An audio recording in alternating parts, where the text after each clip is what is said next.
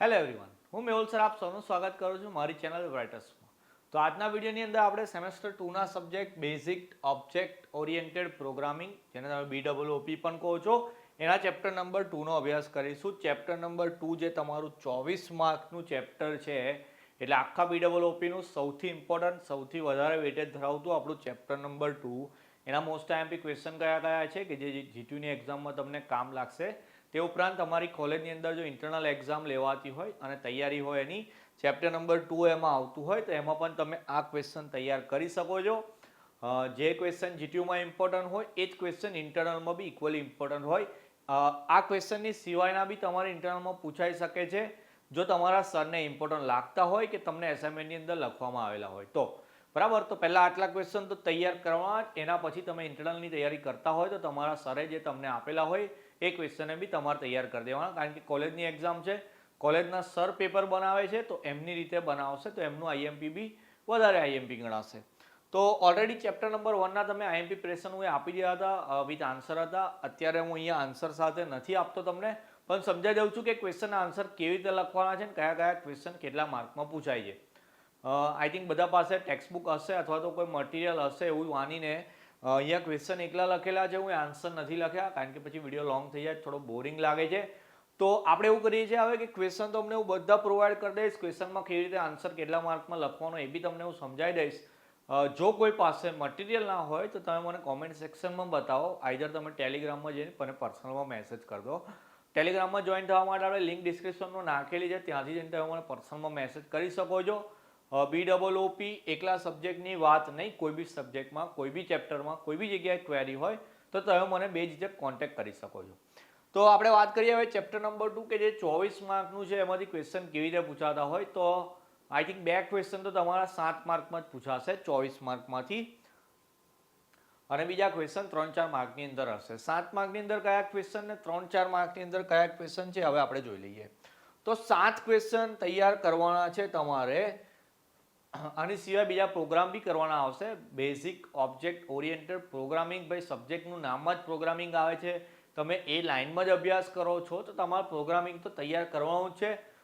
Programming પર વધારે focus કરવાનું, કારણ કે તમારું ફ્યુચર જો તમારે બ્રાઇટ બનાવવું હોય, તમે જે ફિલ્ડમાં છો એમાં આગળ જઈને, તો તમારું પ્રોગ્રામિંગ નોલેજ વધારે હોવું જરૂરી છે. થિયરિટિકલ નોલેજ તો ઠીક છે સ્કોર કરવા માટે કે થોડુંક બેઝિક કોન્સેપ્ટ ક્લિયર કરવા માટે હોય, પણ જે વસ્તુ તમને ફ્યુચરમાં કામ લાગશે એ પ્રોગ્રામિંગ જ છે. તો પ્રોગ્રામિંગ પર વધારે ફોકસ કરજો.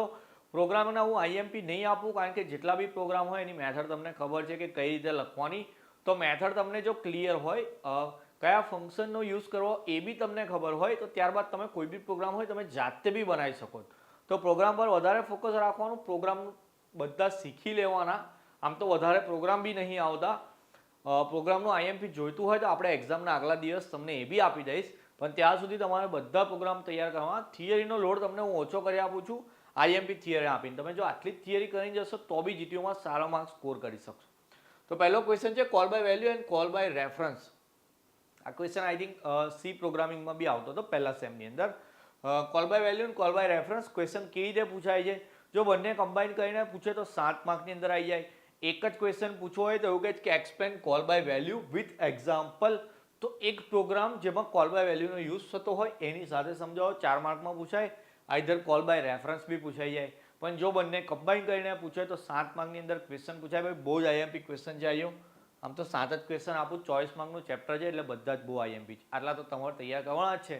આટલા થઈ જાય તો એની પછી તમે બીજી કોઈ વસ્તુ તૈયાર કરવા માંગતા હોય તો તમે તૈયાર કરી શકો છો, પણ ચેપ્ટર 2 એટલે પહેલા 7 ક્વેશ્ચન તમારા તૈયાર હોવા જોઈએ.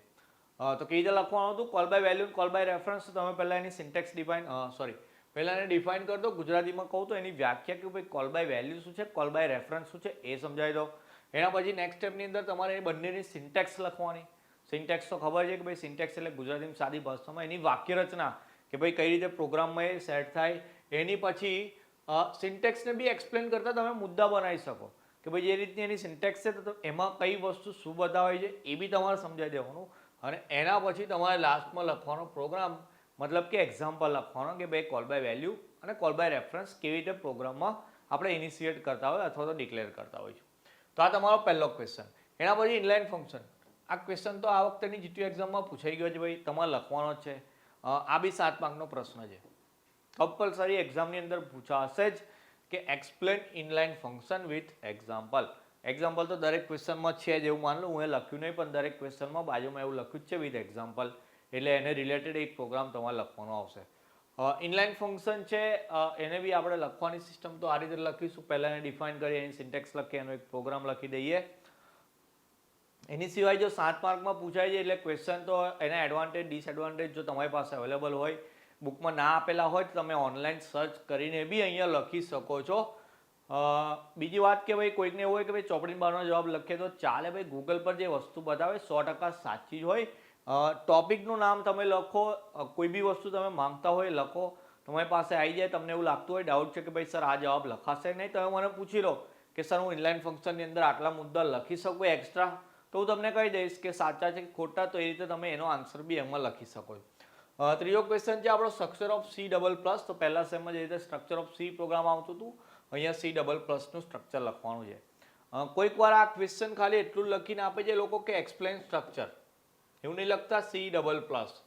તો તમારે સમજી લેવાનું કે સ્ટ્રક્ચરવાળો ક્વેશ્ચન એક જ છે ટેક્સ્ટબુકની અંદર, તો એ C++નું સ્ટ્રક્ચર પૂછેલું હશે. એના પછી ક્લાસ અને ઓબ્જેક્ટને એક્સપ્લેન કરવાનો છે. આ ક્વેશ્ચન આઈ થિંક 3 માર્કની અંદર જ પૂછાયો છે. ચોપડીમાં બી બહુ નાનું એને સમજાયેલું છે કે ક્લાસ ને ઓબ્જેક્ટ શું છે. એક આઈ થિંક કોઈ કારનું ઉદાહરણ આપીને સમજાયેલું છે કે કોઈ કારને આપણે ક્લાસ સમજતા હોય તો અલગ અલગ કારને આપણે એવું માન લો કે આપણી બલેનો છે કે થાર છે, એ બધી ક્લાસને બધાને કેટેગરાઇઝ કરીએ તો એ લોકો ઓબ્જેક્ટ થઈ જાય. જ્યારે કાર એક ક્લાસ હતો, જેમ કે એક આપણો છોકરાઓનો બી ક્લાસ હોય, સ્ટુડન્ટનો એક ક્લાસરૂમ હોય, એ ક્લાસની અંદર 30 છોકરા હોય તો એ 30 જે છે એ ઓબ્જેક્ટ છે, અને જે કમ્બાઈન કર્યું એ આપણો ક્લાસ થઈ ગયો. આપણે એને ક્લાસરૂમ જ કહેતા હોય છે. ઓકે ચાલો, એટલે 3 માર્કની અંદર પૂછાય છે તો બી તૈયાર કરી દેવાનું. IMP છે. એના પછી છે સ્ટેટિક ડેટા મેમ્બર. ઓકે ચાલો, આ ક્વેશ્ચનને બી બે રીતે પૂછે છે. કાં તો એવું લખીને આપશે એક્સપ્લેન સ્ટેટિક ડેટા મેમ્બર એવું, કાં તો પછી વિથ એક્ઝામ્પલ લખીને આપે. અહીંયા જેટલા બી ક્વેશ્ચન છે એમાં જો બાજુમાં વિથ એક્ઝામ્પલ એડ થઈ જાય તો એવું માની લેવાનું કે ક્વેશ્ચન 7 માર્કનો થઈ જાય. પહેલો question call by value call by એક્સપ્રેન્સ છે, એમાં આગળ ખાલી એક્સપ્લેન લખે તો 4 માર્કનો ક્વેશ્ચન છે, પણ બાજુમાં એવું બી લખી દે વિથ એક્ઝામ્પલ તો એ તમારો 7 માર્કનો ક્વેશ્ચન થઈ જાય. ઓકે ચાલો, એના પછી છઠ્ઠો છે ફ્રેન્ડ ફંક્શન. હવે ફ્રેન્ડ ફંક્શન અત્યાર સુધી આઈ થિંક અલગથી તો નથી પૂછાયું, એ ઇનલાઇન સાથે કમ્બાઈન કરીને પૂછે છે. ખાલી એવું કહે છે કે define inline and friend function. ખાલી ડિફાઇન કહું છું તો ડિફાઇનમાં ખાલી ડેફિનેશન ને સિન્ટેક્સ લખવાની, તો એ બંને ક્વેશ્ચન જ્યારે ભેગા કરે ઇનલાઇન ને ફ્રેન્ડ ફંક્શન તો એ 4 માર્કનો ક્વેશ્ચન થઈ જાય.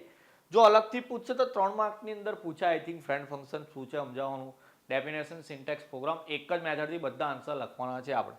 અને લાસ્ટમાં છે ફંક્શન ઓવરલોડિંગ. આ વખતેની જીટી એક્ઝામમાં આ ક્વેશ્ચન તમારો પૂછવાનો છે. ફંક્શન ઓવરલોડિંગ સમજાવવાનું છે. એક્સપ્લેન ઓવરલોડિંગ ઓફ ફંક્શન એવું લખીને આપે, કાં તો એક્સપ્લેન ફંક્શન ઓવરલોડિંગ, જે રીતે હું અહીંયા લખ્યું છે એ રીતે. આમાં બી એક પ્રોગ્રામ લખવાનો છે. આમાં તો ખાસ પ્રોગ્રામ લખવાનો આવશે, કારણ કે આની થિયરિટિકલ લખાણ એટલું બધું છે નહીં અને સમજાવવાનો એનો મતલબ બી નહીં. પ્રોગ્રામથી જ બતાવવાનું છે કે ફંક્શન ઓવરલોડિંગ શું વસ્તુ છે. તો આટલા 7 ક્વેશ્ચન કરવાના. ભાઈ 7 જ ક્વેશ્ચન કરવાના. 24 માર્કનું ચેપ્ટર છે, તો આ તો મોસ્ટ IMP આપી દીધું તમને કહેવાય એવું, કારણ કે 7 જ ચેપ્ટર તો બહુ મોટું છે અંદર આપેલું છે. તો 7 જ ક્વેશ્ચન તૈયાર કરવાના છે. તો 7માંથી બી કોઈ એવું નહીં કહેવાનું કે આ ક્વેશ્ચન મારે નથી કરવો. 7 જ ક્વેશ્ચન તૈયાર કરી દેવાના. અને ફરી એકવાર કે અહીંયા હું આન્સર પ્રોવાઈડ નથી કર્યા, તમારી પાસે ટેક્સ્ટ બુક હશે એવું વિચારીને, તો કોઈક જગ્યાએ તમે અટકી જાઓ તો તમે મને યાદ કરી દેવાનો, મને મેસેજ કરી દેવાનો, હિચકિચાવાનું નહીં. હું ટાઈમ કાઢીને તમને એનો રિપ્લાય બી આપીશ. તમને જે વસ્તુમાં ડાઉટ હશે એ ડાઉટ બી આપણે ક્લિયર કરી દઈશું. તો આજનો આ જે વિડીયો હતો આપણો ચેપ્ટર નંબર 2 પર હતો. 24 માર્કનું મટીરિયલ છે ભાઈ. તમને મળી ગયું હોય તો મેક્સિમમ શેર કરી દેવાનું. IMP છે ખાલી, એવું તો છે નહીં કે ભાઈ તમને મળ્યું તો બીજાને ના મળવું જોઈએ તો તમને ઓછો લાભ થશે.